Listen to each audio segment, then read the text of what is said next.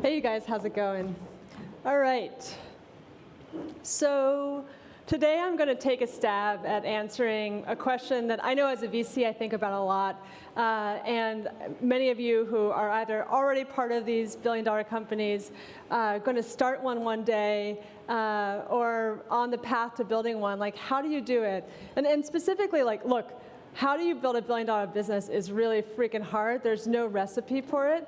But what I'm going to answer, and I think pretty definitively, is how do you maximize the product that you do have to become one of these enduring billion-dollar companies? This is something that we think about a ton at Greylock.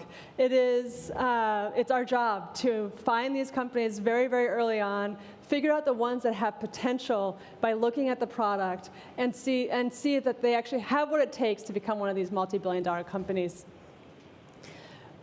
So just to speak a little bit to the track record, I don't know how many of you guys know of Greylock, but there are 5 companies that were founded after 2000 that are now worth more than $10 billion in the public market, and Greylock has invested in 4 out of 5 of them, and we're talking like super early stage, Series A, Series B.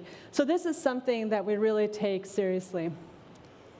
And just to give a few examples, so Facebook, early on, we were investors when it was just, still a college-only community. LinkedIn, we invested in even earlier than Facebook when it was just, a pretty small community of, a little over 1 million members. And just so you guys know, this thing isn't, it's not on my slides. Airbnb, we invested in the Series A, so super early on, like before it became one of these, the company that it is today. And it's also my story. So when I was at Bessemer, I was investing early stage Series A, Series B companies, and met the Pinterest team when it was this small 5-person company, 30,000 registered users, and just got so excited about the company that I ended up joining it, and was there for about 3.5 years before joining the Greylock team. And so got to see the company go from 30,000 registered users and kind of like this kernel of a product to it's actually 150 million monthly active users that it is today. And what I've come to realize is that what it comes down to is understanding how engagement works in your product. So, we think about engagement as like this, users are just kind of engaging with our product and they're just using it. But what I've come to realize is that you can think of users as basically putting fuel or energy into your product. And then the key to becoming one of these, enduring billion-dollar companies is to take that fuel and turn it into something that actually powers your company forward. And what I've come to realize is, the way I think about this now is basically a hierarchy. And so what I'm going to do through this presentation is I'm going to talk you through this hierarchy and what, some of the things that you guys can be thinking about if you want to, take the product that you have now and really push it to the next level. And so the first level, which I'll talk about, is this idea of growing engaged users. So how do you, we talk about growth all the time, but what's the type of growth that we should be focused on, and how do we make sure that we're encouraging that growth? Then I'll talk about just retaining users. And I'll finish it off with talking about how to make your product self-perpetuating, how to find and create virtuous loops in your product that is really what will propel your company forward. And I think if you can really focus on these 3 levels, you're going to maximize your chances of building one of these companies. So let's talk about the first level. So I'm sure you guys all hear, about growth hacking. And this has become the topic du jour in Silicon Valley, at least, which is oh, I need to hire a growth hacker. How are we going to increase downloads? What are we going to do to increase monthly active users?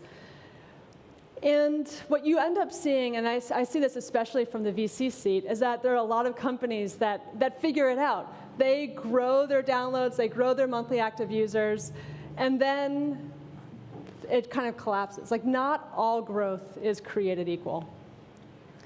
And what matters is not growing downloads. It's not growing the top line metrics. What matters is growing people that are completing what I call the core action. And so you can think of that the core action is like the foundational action in your product. Like there should be one. You should figure out what that action is, what you ultimately want your users to do that creates the foundation of your product. And then you optimize the heck out of it to like really get users to do it. So for Pinterest, we realized that pinning was ultimately the core action. That if we did discovery right on Pinterest, if we gave you the right pins, that you would like save those pins to your boards, and that creates like this incredible flywheel within the company.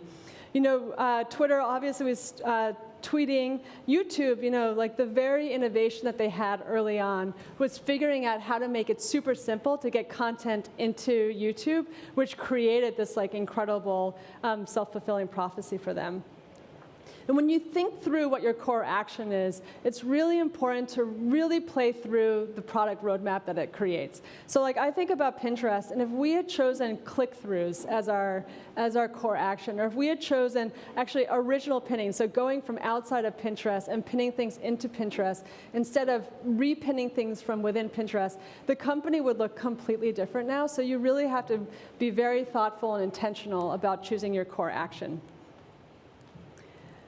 And if you are growing your company without growing people completing the core action, like this, I can't emphasize this enough because I know we made this mistake early on at Pinterest.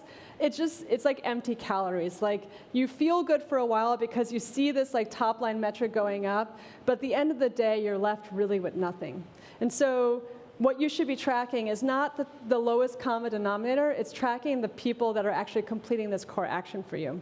And it just optimizes you, it focuses you on the right things. And then ultimately, the question you have to ask yourself is, the core action that I have, is the motivation for my users going to be high enough to do it, or is it easy enough to do? And there's some function of this, I don't know if any of you guys know Nir Eyal, but he talks about this. This is a BJ Fogg model, actually, a behavior model. But I think that there's something really to it, which is that you have to motivate your users to get them over the trigger if you want your product to grow to a large enough user base. So then let's talk about the next level. So let's assume you've got, like you guys all here must have this already, which is that you've got a growing base of engaged users. Now, what ultimately matters like more than anything is getting those users to stick. Because look, like I see this all the time. There's these two imaginary companies, Company A and Company B. Company A, as you can see, is growing twice as fast as Company B. So the founders of Company A feel fantastic, but they've got 80% monthly retention. It's not that bad, losing 20% of their users every month, whereas this other company, Company B, is only losing 5%. And so what happens in the first 6 months is that Company A, like if I invested in Company A, I'd be like, yeah, killing it, made the right call here. But I'm sure you guys all know how to do math. Like what ends up happening is that after about 12 months, and in this like random example that I give, the lines cross, because ultimately what happens is that you're only growing the number of people that you're losing every month. And so you don't want to have this kind of like what's that expression, the empty bucket, or the bucket with a lot of holes in it? You guys know what I'm talking about? Leaky bucket. So you don't want to have the leaky bucket. So how do you keep on making sure that how do you make sure that you're part of the Company B retention number, not the Company A? And the way that I think about that is with what I call accruing benefits and mounting loss. So accruing benefits, the idea there is that you want your users to add data into your product, either explicitly or implicitly, and then you want to kind of recycle that data back to the user in a way that creates more value for them. So like when I'm on Facebook and I engage with content on my newsfeed, Facebook's taking all that implicit and explicit data and using it to increasingly personalize the newsfeed for me and making it a more engaging product. And whether it's like what I click on or even who I add as a friend, Facebook uses all that to kind of create these accruing benefits.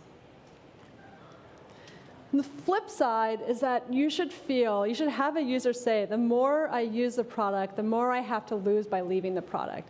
that you create this experience where I, as a user, start to depend on your product. I'm leaving artifacts of myself in the product, so it almost becomes an extension of my identity.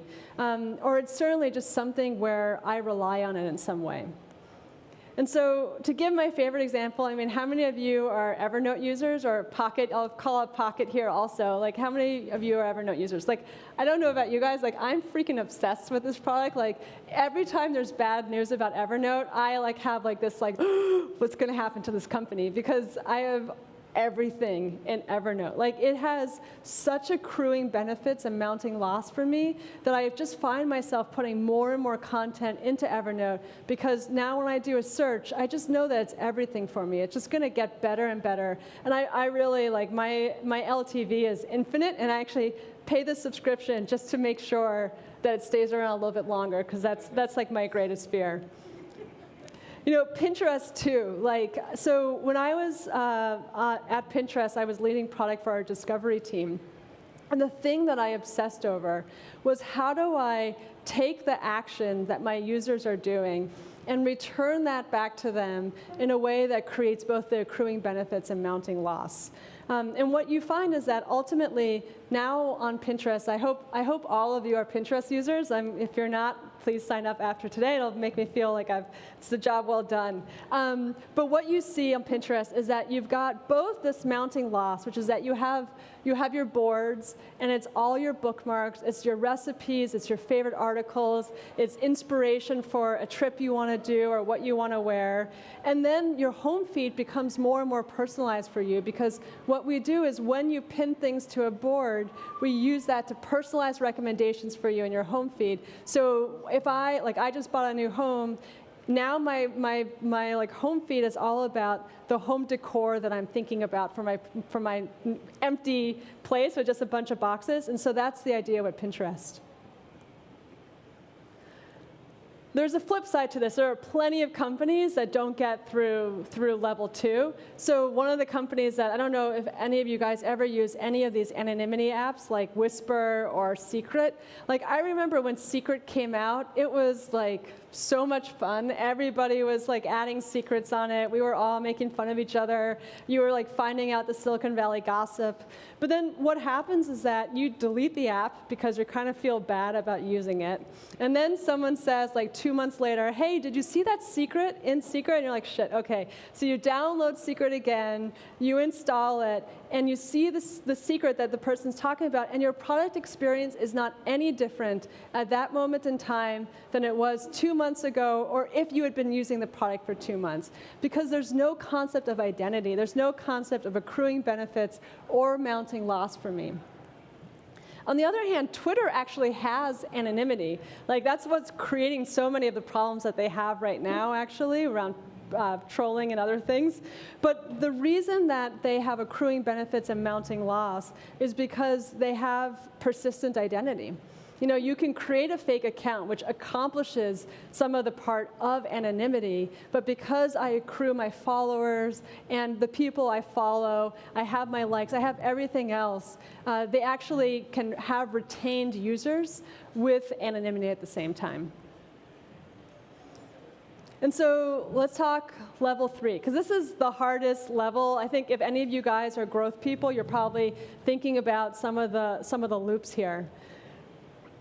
And so the idea is, you know, you've got this growing user base, whether it's growing through word of mouth, it's growing through PR, whatever is causing you to grow. And you've built a product that retains those users. You've got accruing benefits, you've got mounting loss. People feel like the more I use the product, the better it gets, the more I have to lose by leaving it. And now the question is just whether you can create virtuous loops in the product, because this is what really, I think, takes a company from, you know, being, you know, a solid player to being one of those iconic companies. The strongest virtuous loop that I'm sure many of you guys hear about all the time is a network effect. And so at Pinterest, we discovered our network effect through our kind of process of creating the discovery team. Just this very simple idea, which is that when a user pins a pin, they either bring a new website, a new piece of content into Pinterest, or they're actually creating a new edge in our graph by putting that pin on their board.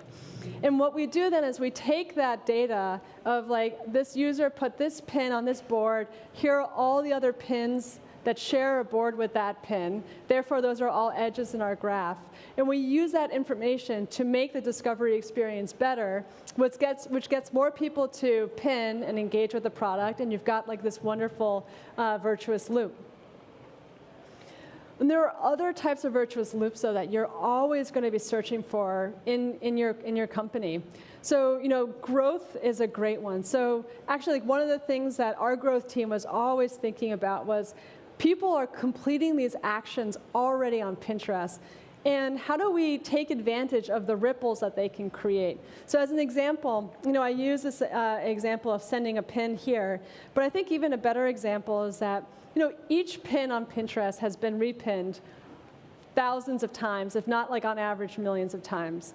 And that means that if I find a pin that there's a recipe, like a pancake recipe, that I discover in search, I could show the person who pinned it be a super engaged user who's already getting notifications all the time. Or I could show it a user who hasn't come to Pinterest for 2 weeks. And if I pin that pancake recipe, they get a notification, whether it's a push notification or an email telling them, hey, Sarah pinned your pin. Come see where she pinned it. Come see the other pancake recipes that she likes. So, and that's an example of re-engaging the user. So look, these are really hard to create. There are so many companies that try to create virtuous loops and just struggle to. Unfortunately, Evernote, my favorite company, is one of those companies. So I don't know if any of you guys have ever tried to do one of their shared notebooks. It just doesn't work. All the time when I accidentally press the chat button, when really I want to create a note, it drives me crazy. But it's Evernote trying to create virtuous loops in their product. But ultimately, it's really a single-player mode product. Tinder is another example that I love to make fun of. So Tinder actually has some of those re-engagement loops. It has some of the growth loops, which is that if we match, Tinder sends a notification to you letting you know, hey, Sarah, swipe left on you. The problem that Tinder has, and this is what all dating sites have, is that if you match with someone, and the reason I make fun of Tinder is because we don't actually know this is what happens on Tinder, but ideally you match with someone, you have a successful date with someone, and that's an off-ramp from the experience. That's not actually making the experience more engaging or kind of creating a stronger loop. And so Tinder has to constantly figure out how do we get people on the top of the loop to keep them dating.